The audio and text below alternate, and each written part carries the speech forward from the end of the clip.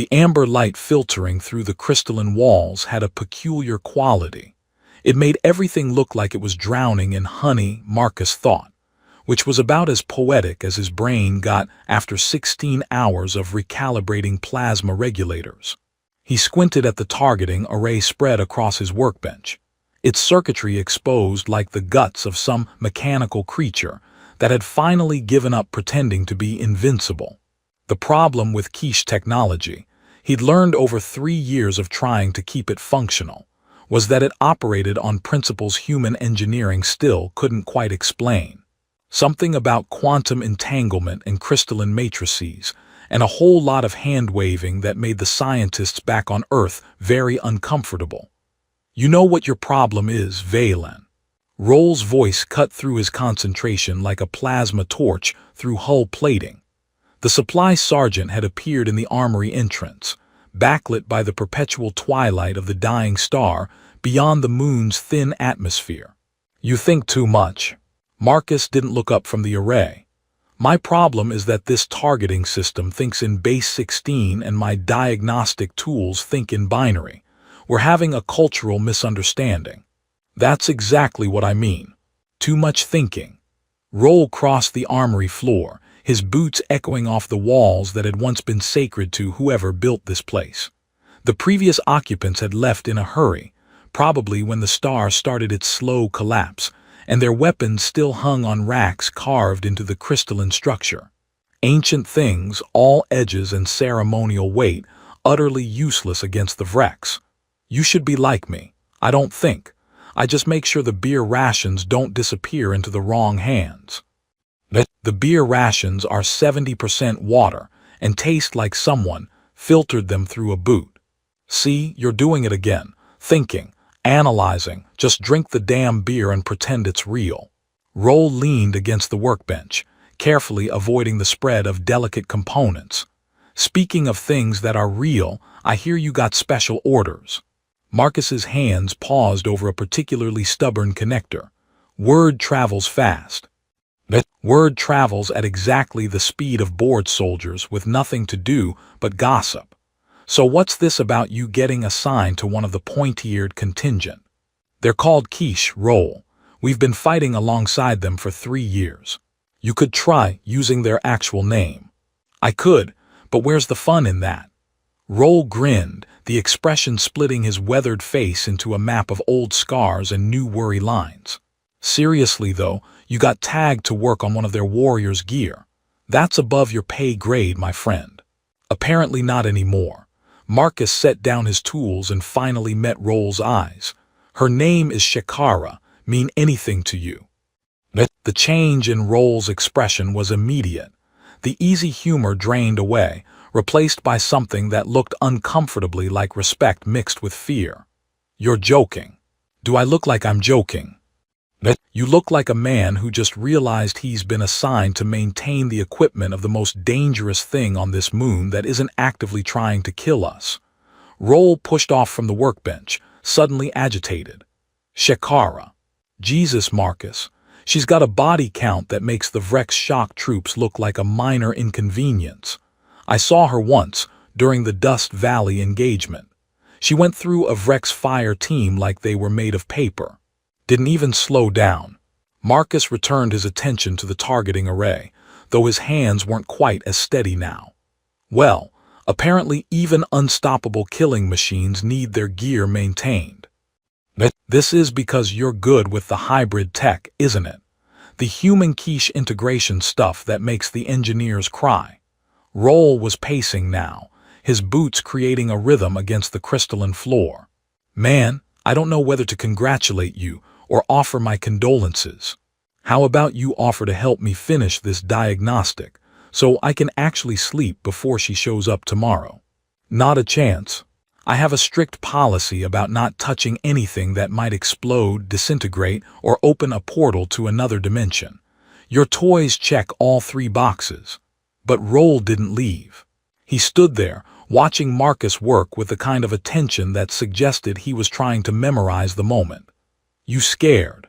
The question hung in the air between them.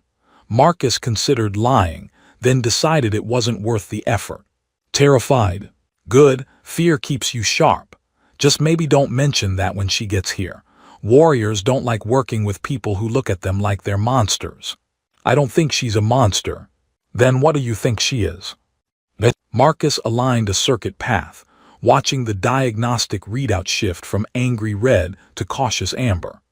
I think she's someone who's very good at staying alive in a war that kills almost everyone. And I think my job is to help keep her that way. Roll was quiet for a moment. Yeah, okay, that's not bad, Valen, not bad at all. He moved toward the entrance, then paused. Hey, you want me to sneak you some of the good rations? The ones that only taste 40% like boot. I'm fine. Suit yourself. But when you're trying to make small talk with a legendary alien warrior while elbow-deep in her battle armor, you're going to wish you'd eaten something better than the standard protein paste. With that, Roll disappeared into the amber twilight, leaving Marcus alone with the hum of diagnostic equipment and the weight of ancient weapons watching from their crystalline racks. The targeting array finally shifted to green. One piece of equipment saved, approximately 600 more waiting in various states of damage and despair. Marcus stood, stretching muscles that had forgotten what relaxation felt like, and walked to the transparent section of the wall that looked out over the scarred landscape of the moon. In the distance, he could see the percussion flashes of artillery, the war reduced to light and sound, and the stubborn refusal of either side to surrender. The dying star hung above it all, a swollen red giant that cast everything in shades of ending. Tomorrow, Shikara would arrive. Tomorrow, Marcus would meet the legend face to face. Tonight, he had 16 hours of work left and maybe 4 hours until exhaustion forced him to sleep. He returned to his workbench, picked up his tools, and got back to the business of keeping people alive in a war that had forgotten what mercy looked like. Marcus had managed exactly 3 hours of sleep when the armory's proximity sensors chimed, a soft crystalline tone that the previous inhabitants had apparently designed to be soothing rather than alarming. He jerked awake at his workbench, a calibration wrench imprinted into his cheek, and tried to remember if he'd actually finished that diagnostic or just dreamed about finishing it. The half-empty cup of something that had once aspired to be coffee sat cold beside his elbow, a skin forming on top that looked vaguely biological. The entrance irised open, another bit of architectural elegance from the moon's former residence, and Shikara stepped through. Marcus's first coherent thought was that legends really should come with a warning label. She moved with the kind of controlled grace that made every motion seem deliberate, purposeful, like someone had distilled the concept of efficiency into physical form and decided it needed to be unsettling. Her armor caught the amber light and threw it back in patterns that hurt to look at directly, the overlapping plates shifting with a sound like wind chimes made of knives. But it was her face that stopped Marcus's scattered thoughts entirely. Pale gray skin, smooth and unmarked except for a thin scar that traced her jawline, and those eyes, dark enough to be black from a distance. But up close, he could see they held depths that suggested she'd seen more years than his entire lineage combined.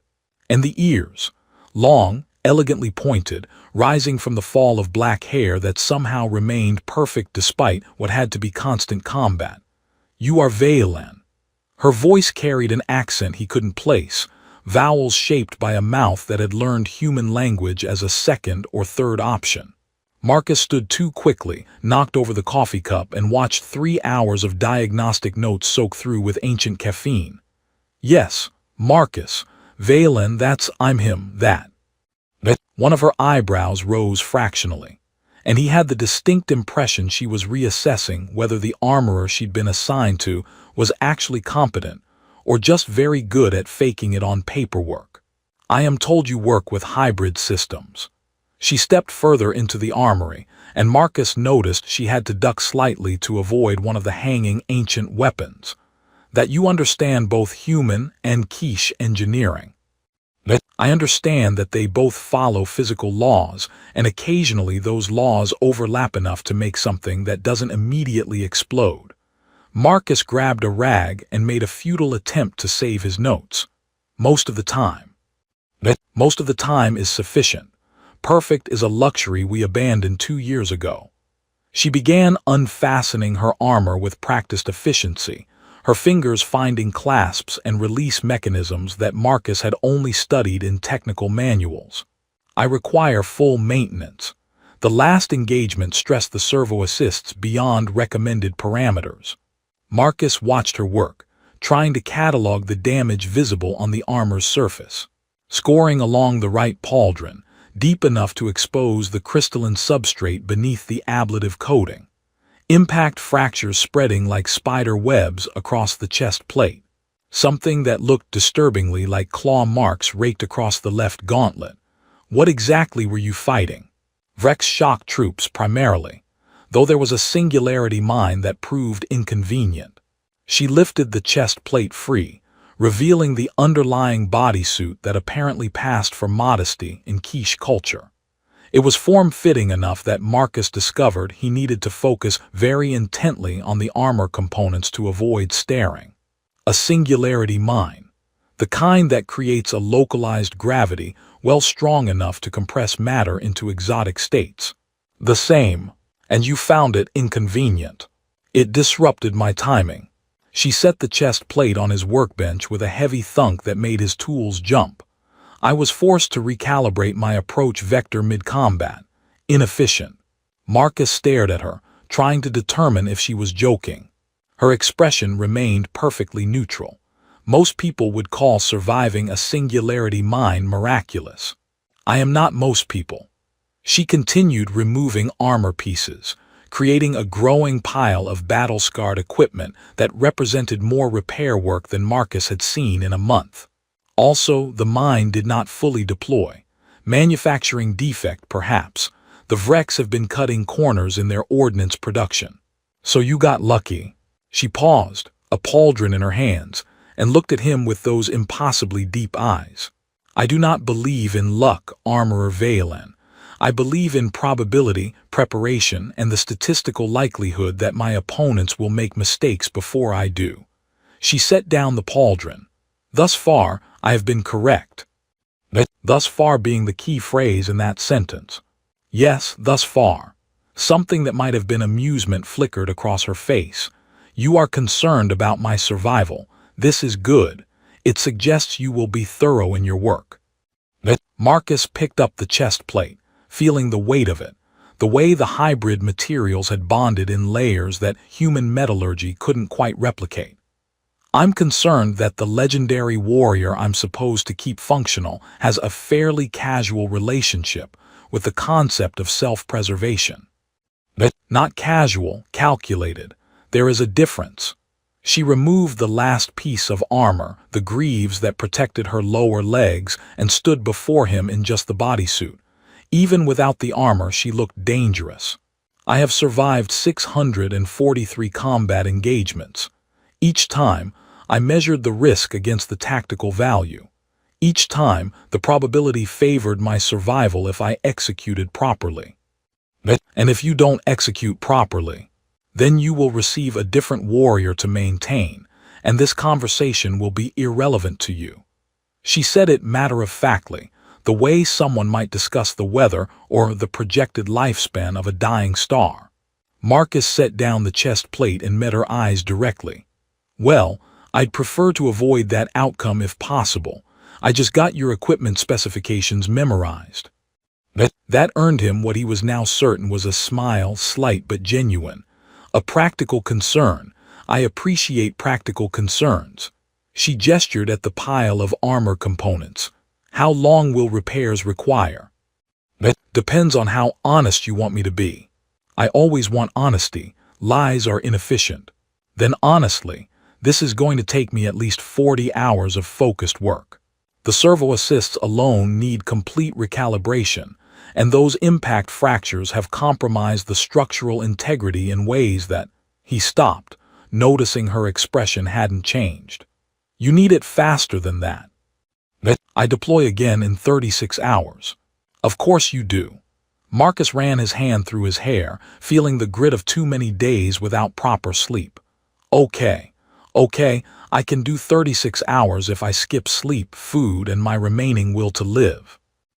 You should not skip food. Malnutrition degrades cognitive function by measurable percentages. She moved to the crystalline wall, examining the ancient weapons with apparent interest. I will return in 12 hours with suitable rations. You don't have to. It is practical. You cannot maintain my equipment if you collapse from hypoglycemia. Therefore, ensuring your nutrition is ensuring my survival. Logic is simple. She touched one of the ancient blades, her long fingers tracing the edge with surprising gentleness. These are beautiful, useless for modern combat but beautiful. Marcus found himself smiling despite the exhaustion and the 40 hours of work that had just become 36. The people who built this place, they apparently believed weapons should be art. A luxury, Shikara said, but her voice held something that might have been longing. We have forgotten how to make beautiful things. Now we make only functional ones and hope they last long enough to matter. She turned from the wall, and for a moment Marcus saw past the legendary warrior to something more human, or at least more vulnerable, beneath. Then her expression shifted back to neutral efficiency, and she moved toward the entrance. 36 hours, Armor Valen. I trust you will meet this deadline. Do I have a choice? No, but I appreciate you asking the question anyway. The entrance irised open, amber light spilling across her face. 12 hours. I will bring food that does not taste like boots. She disappeared into the dying light, leaving Marcus alone with a pile of damaged armor and the distinct impression that his life had just become significantly more complicated. The rhythm developed without either of them planning it. Shikara would return from deployment, sometimes after 12 hours, sometimes after 72, and Marcus would read the story written in scorch marks and impact craters across her armor. He'd started keeping a log, partly for technical purposes, and partly because the patterns told him things she wouldn't say out loud. The deep puncture through the back plate meant she'd been ambushed. The sheared-off edge of her left pauldron meant close quarters fighting with something strong enough to rip alloy like paper. The countless microfractures spreading across both gauntlets meant she'd been hitting things with her fists again, despite his repeated lectures about how the servo assists weren't designed for that kind of abuse. You know there are actual weapons integrated into this armor, Marcus said, holding up the gauntlet in question. The crystalline matrix inside had cracked in 3 places, which meant another 4 hours of careful realignment. Plasma projectors, monofilament blades, a whole arsenal of things specifically designed so you don't have to punch your problems to death. Shikara sat on the edge of his workbench, her legs dangling in a way that seemed too casual for someone who could level a building. She'd started doing that, he'd noticed, staying in the armory longer than necessary, watching him work with an attention that should have been unnerving but had somehow become comfortable. The plasma projectors were depleted. The monofilament blades were damaged in the previous engagement. And you didn't think to mention this before going back into combat. I mentioned it to supply. They said replacement parts would arrive with the next shipment. She picked up one of his diagnostic tools, examining it with the careful curiosity of someone trying to understand an alien artifact. The next shipment arrived without the parts. Therefore, improvisation became necessary. Marcus took the tool from her before she could accidentally trigger something catastrophic. Improvisation. That's what we're calling it when you use military-grade armor as brass knuckles. The Vrex do not respond well to unarmed combat. Their exoskeletons fracture satisfyingly. She said it with the same tone someone might use to discuss a mildly interesting geological formation. I'm going to pretend you didn't just describe breaking alien soldiers in half as satisfying. Would you prefer I lie and say it brings me no satisfaction? You specified honesty as a preference. She tilted her head, the gesture making her ears catch the amber light in a way that Marcus had stopped pretending he didn't notice. Though perhaps some truths are uncomfortable for human sensibilities. It's not uncomfortable, it's just, He stopped, realizing he didn't actually know how to finish that sentence. How many? How many what? In this last deployment. How many wrecks? Shikara was quiet for a moment, her dark eyes fixed on something beyond the crystalline walls. 47 confirmed, perhaps 12 more that could not be verified due to artillery interference. The battle was brief but tactically dense. Marcus set down the gauntlet and looked at her directly. 59 enemies in 72 hours. Approximately. Mathematics is imprecise in combat situations. And you're sitting here on my workbench like we're discussing the weather. Should I be sitting differently?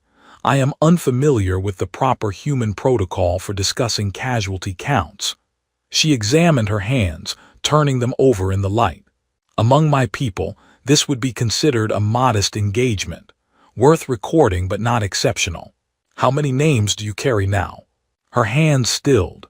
When she looked at him, something in her expression had shifted, not quite vulnerable but closer to it than he'd seen before. You remember that conversation. You said you remember the fallen, 643 warriors. That was 3 weeks ago. 671 now. She said it quietly, each syllable weighted with precision. I recite them before sleep, when sleep comes. Lately it comes infrequently. Marcus moved closer, close enough to see the faint lines around her eyes that spoke of exhaustion hidden beneath discipline. That's a lot of weight to carry. But it is necessary weight. To forget them would be, she paused, searching for the word. There is no direct translation. The closest human concept would be betrayal, but deeper, more fundamental, as if forgetting would unmake them twice. But that's not healthy, Shikara. Health is a luxury, memory is a duty. She slipped off the workbench with that liquid grace that made her look like she was pouring herself through space. I should leave. You have work and I am hindering efficiency. But you're not hindering anything. The words came out before Marcus could evaluate whether they were appropriate. Stay. I work better when someone's here to stop me from talking to the equipment. You talk to the equipment. But only when it's being particularly stubborn. Sometimes I threaten it. Roll says I need a vacation. Marcus returned to the gauntlet, feeling her presence behind him like a heat source. Tell me about them. The names. Not all of them, just tell me about one. The silence stretched long enough that he thought she might refuse. Then she spoke, her voice carrying a texture he hadn't heard before. Kesseth. She was a scout, killed during the Ash Plain advance. She had a talent for languages and would teach obscene phrases in her spare time, claiming they were polite greetings. She told a human colonel that his mother was a very distinguished waste recycler, and he thanked her for the compliment. But Marcus found himself laughing despite the subject matter. That's terrible. She thought it was efficient humor, maximum impact with minimal setup. Something that might have been a smile touched Shikara's face. The colonel discovered the truth eventually. He was not amused, but he respected the tactical application. Tactical rudeness, that should be a military specialization. Among the quiche, it essentially is. We find human sensitivity to verbal offense to be both fascinating and tactically exploitable. She moved to stand beside him, watching his hands work the delicate realignment of the crystalline matrix. You have skill with this. The integration of technologies. Most human armorers treat quiche components as incomprehensible mysteries. They're not mysteries. They're just operating on principles we haven't fully quantified yet. Quantum entanglement for the targeting systems, crystalline computing for the servo assists, some kind of bioresponsive feedback loop that I'm pretty sure violates 3 laws of thermodynamics. He glanced at her. Your people's engineering is brilliant and terrifying in equal measure. An accurate assessment of most quiche achievements. She reached past him, her arm brushing his, and tapped a section of the matrix he'd been about to adjust. This node, it requires 0.73 degrees rotation, not 0.7. The resonance cascade will destabilize otherwise. Marcus looked at the specifications, then at her. How did you know that? I wear the armor. I feel when the calibration drifts. She tapped the spot again, her long fingers surprisingly gentle against the delicate components. Here, there is a vibration, subtle but present. It indicates misalignment. He made the adjustment, and the diagnostic readout shifted from amber to green. You can feel a 0.03-degree variance. Can you not? The sensory feedback is quite distinct. She said it genuinely, without condescension, and Marcus realized she actually didn't understand that human perception had limits hers didn't. Shekara, humans can't feel quantum-level calibration drift. We barely notice when we're bleeding until someone points it out. She blinked, processing this information. That explains much about human combat doctrine, also about Roll's apparent obliviousness to the fact that he has been courting Supply Sergeant Chen for 6 months. Wait, what? You did not notice? The prolonged eye contact, the unnecessary conversations about ration distribution, the statistically improbable frequency with which they occupy the same recreational spaces. Shekara tilted her head. I assumed humans were simply very slow about these matters. Marcus stared at her. You're telling me the legendary warrior who can feel calibration drift in her armor has been watching Roll's love life. Observation is a fundamental combat skill. I merely apply it comprehensively. She paused. Also, it is entertaining. Your species approaches mating rituals with remarkable inefficiency. The amount of time spent on ambiguous signals could be better allocated to direct communication. Says the person who's been sitting on my workbench for 3 weeks having philosophical conversations instead of sleeping. Shekara's expression shifted into something he couldn't quite read. That is different. How? Because this is, she stopped, and for the first time since he'd met her she looked uncertain. I do not have the words, in quiche or in human language. This is different.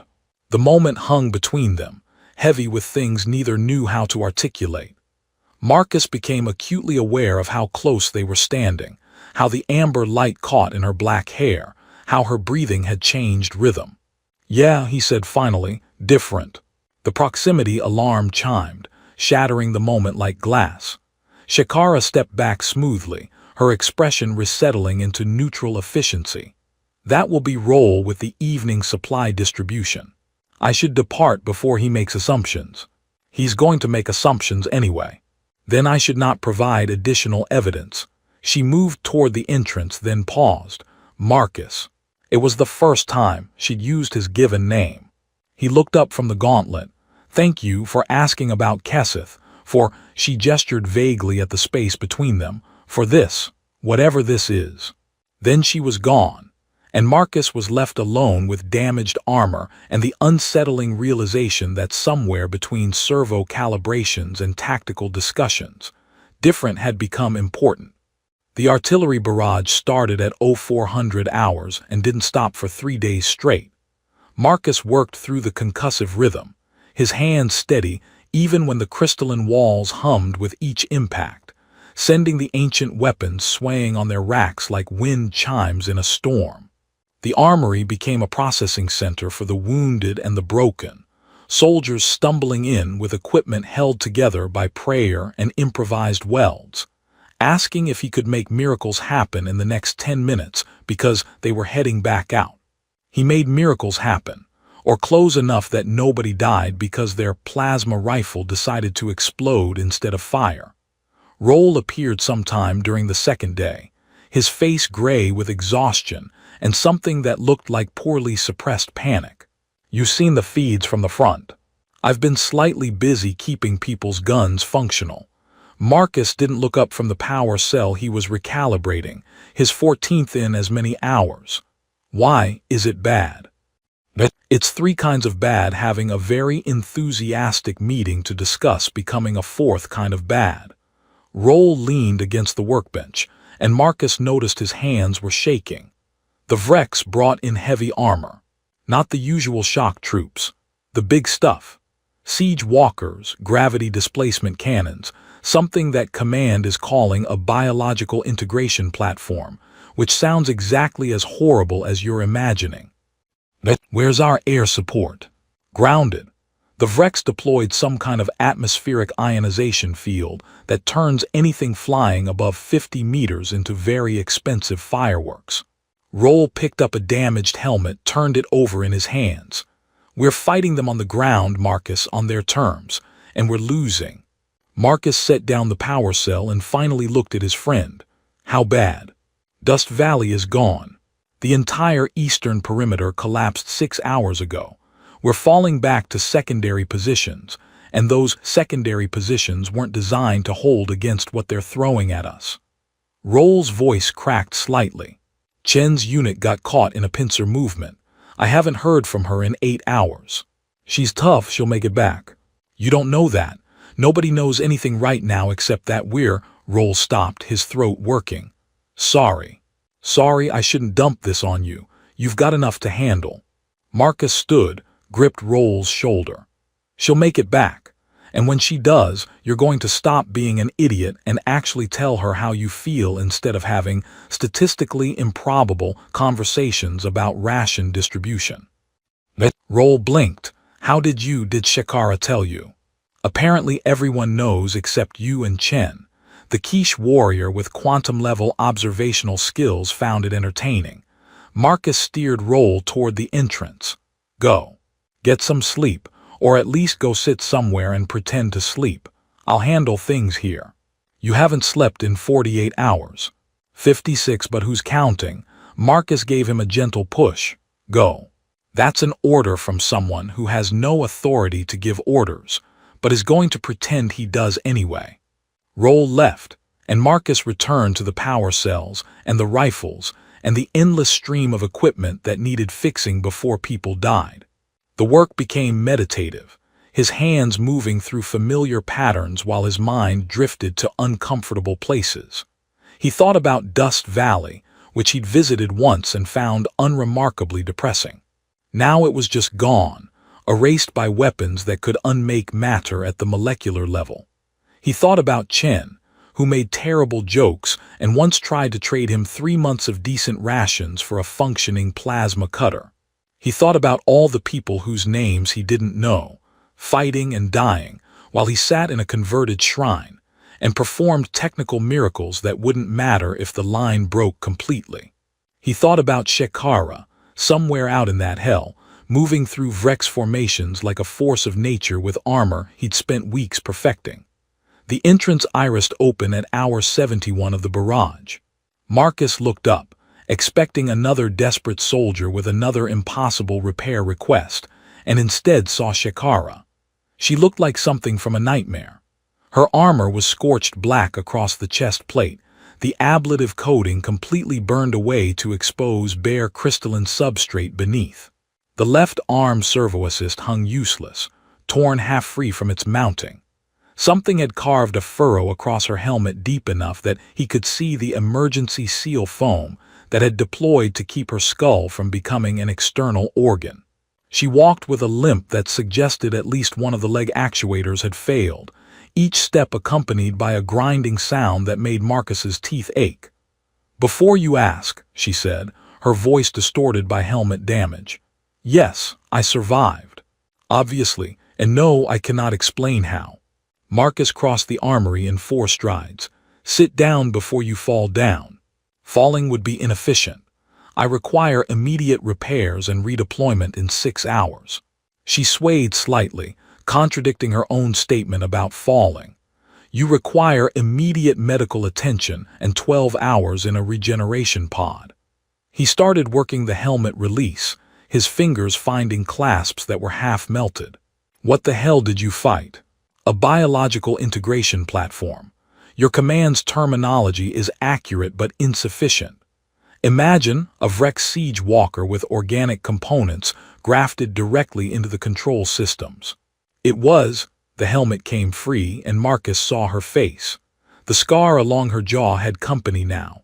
A new line traced from her temple to her cheekbone, the skin around it still raw. Her left eye was bloodshot, the white nearly crimson, and when she breathed he could hear a rasp that suggested her respiratory system had encountered something it wasn't designed to handle. "It was learning," she finished. "Mid-combat. adapting to my tactics in real time. I have never encountered an enemy system capable of that level of responsive evolution. Marcus set the helmet down with shaking hands, and you killed it. Eventually, the process required creative interpretation of my equipment's operational parameters. She touched the ruined chest plate. Your work held. The structural integrity remained sufficient even when the ablative coating failed. I would have died otherwise. Don't. The word came out sharper than he intended. Don't talk about dying like it's a technical footnote in a combat report. Shikara looked at him and something in her expression softened. I am here, present. Functional. The probability was not favorable, but I executed successfully. Is that not sufficient? No, it's not. Marcus stopped, forced himself to breathe. You're bleeding. Internal bleeding, probably. That rasp in your breathing means you've got lung damage. Your left eye is hemorrhaging. And you're standing here telling me you need repairs in 6 hours like you're a machine instead of a person who nearly died. I am a warrior. The distinction between machine and person becomes academic under combat conditions. But she sat down on the workbench, the movement careful in a way that confirmed his assessment about internal injuries. Though I acknowledge your concern, it is appreciated. Marcus started removing armor plates, cataloging damage that made his previous repair work look like cosmetic touch-ups. You need medical, real medical, not field patches. Medical is overwhelmed with cases more severe than mine. Soldiers who cannot return to combat without intervention. I can return to combat. Therefore, I am low priority. She winced as he removed the chest plate, exposing the bodysuit beneath. It was torn in places, and yes, there was blood seeping through the synthetic fabric. The logic is sound, even if uncomfortable. The logic is going to get you killed. Everything is going to get us killed eventually. The war, entropy, the heat death of the universe. I merely choose to delay my particular death as long as tactically feasible. She caught his hand as he reached for the damaged arm assembly. Marcus, I need you to listen. The Vrex offensive is not following standard doctrine. The biological integration platforms, the adaptive learning systems, this represents a significant escalation in their capability threshold. I know, Roll told me about Dust Valley. Her fingers tightened on his hand. Dust Valley was a probing action, a test of our response capabilities. The true offensive will come within 72 hours, and when it does, she stopped, and he saw something in her eyes he'd never seen before. Fear, actual, undisguised fear. When it does, the probability mathematics become unfavorable. You're saying we're going to lose. I am saying the current tactical situation suggests a high likelihood of catastrophic failure, unless significant variables change. She released his hand, looked down at her own palms. I have survived 671 engagements by maintaining accurate probability assessments. This is the first time those assessments suggest my survival is statistically improbable. Marcus sat down beside her on the workbench, close enough that their shoulders touched. Then we change the variables. How? We cannot manufacture additional forces. We cannot counter their technological adaptation rate. We cannot. We make your armor better. We give you every possible advantage. We stack the deck until the probability shifts. He looked at her profile, the elegant line of her jaw, the way her long ears caught the amber light. I've kept you alive this long. I'm not stopping now. Shikara turned to face him, and the distance between them collapsed to nothing. You cannot promise that. Watch me. He raised his hand to her face, carefully avoiding the fresh injury. I'm very good at my job, and my job is keeping you functional. I am not a machine.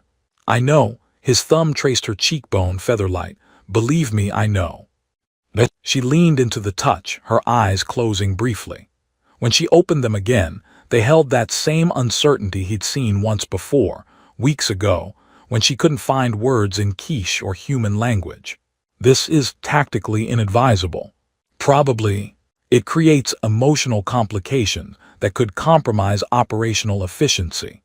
Almost certainly. I should leave, return to my unit, maintain appropriate professional distance. But she didn't move, and neither did he. You should, Marcus agreed, but you're not going to. No, her hand came up to cover his, pressing it gently against her face. I am not. The proximity alarm chimed. They separated smoothly, professional distance reasserting itself like armor plating. But something had shifted, fundamental and irreversible, and when Shekara stood to face whoever was entering, Marcus could see she felt it too, the weight of probability and the fragile defiance of caring about someone in a war that would take what it wanted regardless. The intelligence briefing came down at 1800 hours. Massive Vrex formation detected, estimated arrival in 36 hours. Composition suggesting this was the main offensive everyone had been dreading. Command's response was admirably concise. Hold the line or die trying. No third option available. Good luck, and may whatever gods you believe in have mercy, because the Vrex certainly won't. Marcus read the brief twice, then deleted it and got back to work. Shekara's armor lay spread across every available surface in the armory, each component representing hours of labor he didn't have. But he'd made a promise, and Marcus Valen had never been particularly good at breaking promises even when they were tactically inadvisable. He'd reinforced every stress point, triple-checked every servo connection, integrated redundancies into systems that already had redundancies, because paranoia was just good engineering when people's lives depended on your work. The chest plate alone had taken 12 hours.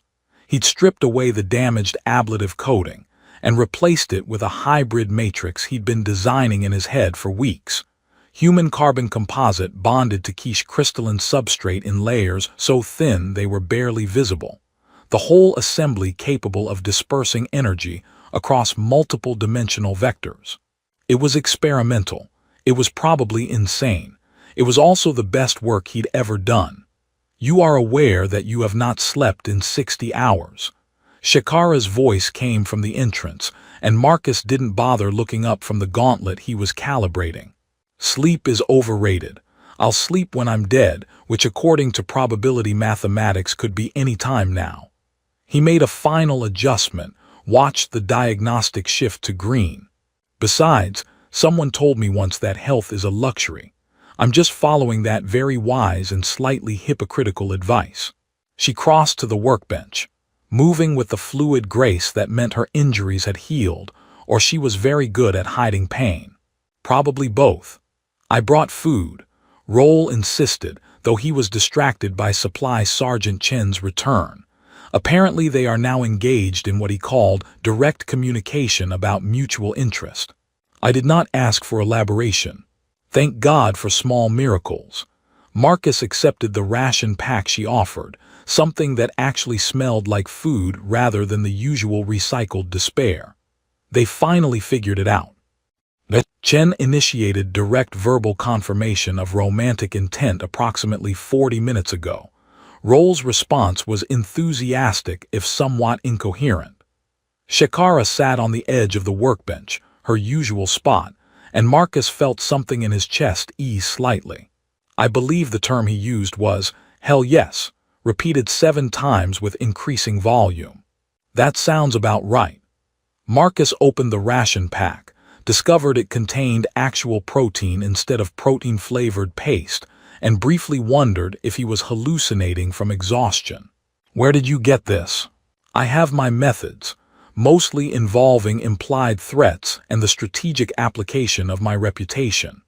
She picked up the gauntlet he'd been working on, examining it with those impossibly perceptive eyes. This is exceptional work. The servo response time has improved by 0.4 seconds. The impact resistance, she paused, running her fingers over the reinforced knuckles. You designed this for direct combat application. You keep punching things. I made punching things more efficient. He took a bite of actual food and nearly groaned. Don't tell me this violates some regulation about appropriate equipment usage. Regulations become flexible when extinction is probable. She set down the gauntlet, her expression shifting to something more serious. Marcus, the briefing, you read it. I read it. Then you understand the probability assessment. I understand that some very worried people with too much data and not enough hope did some math and decided we're probably doomed. He met her eyes directly.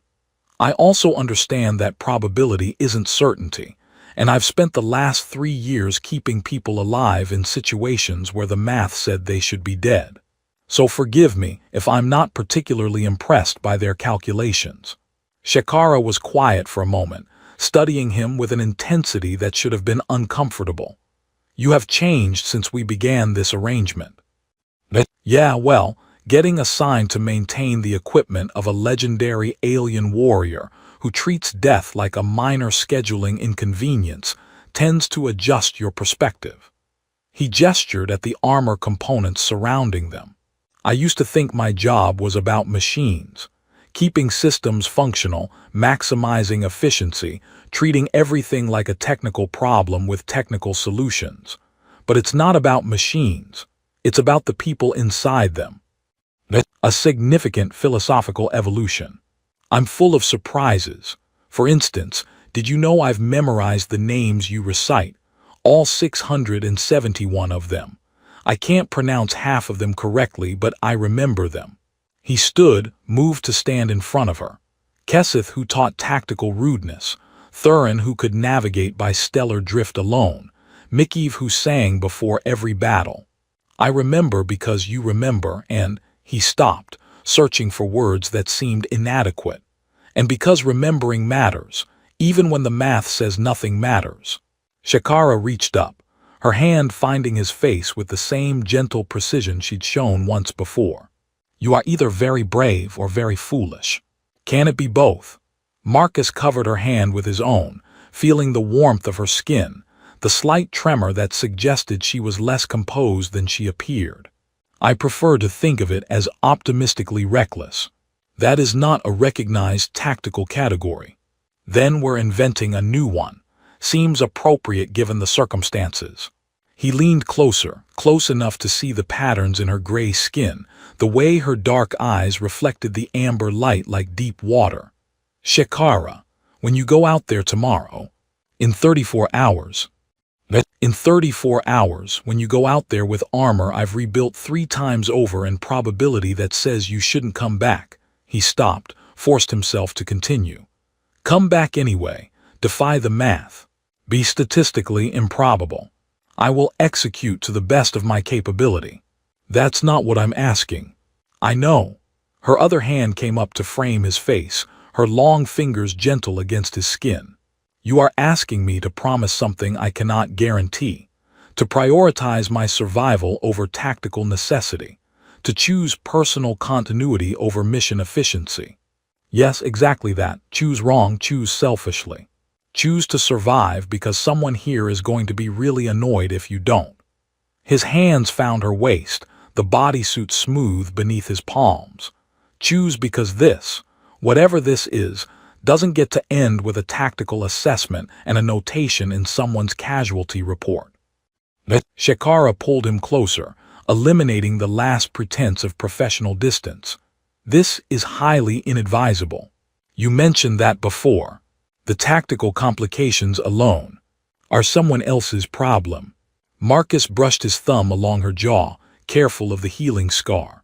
Right now, in this armory, with 34 hours until everything potentially ends, I'm declaring a tactical timeout on caring about complications. That is not how warfare works. Then warfare can wait.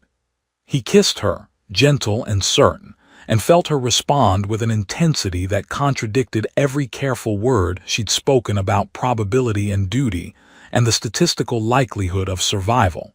When they finally separated, both breathing harder than combat had ever made them, Shekara rested her forehead against his.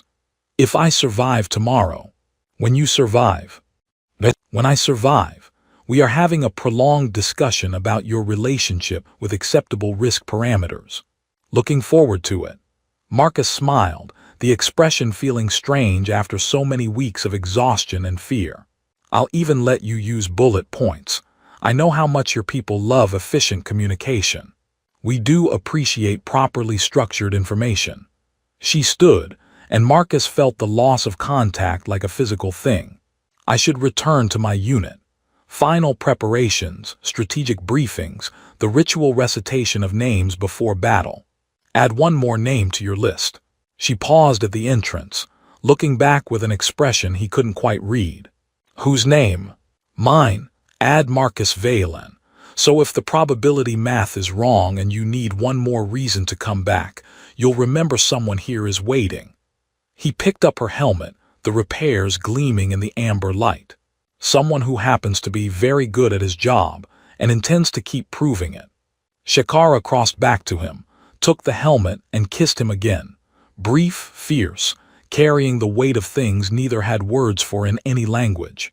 Marcus Valen, she said softly, as if testing how the name felt. I will remember.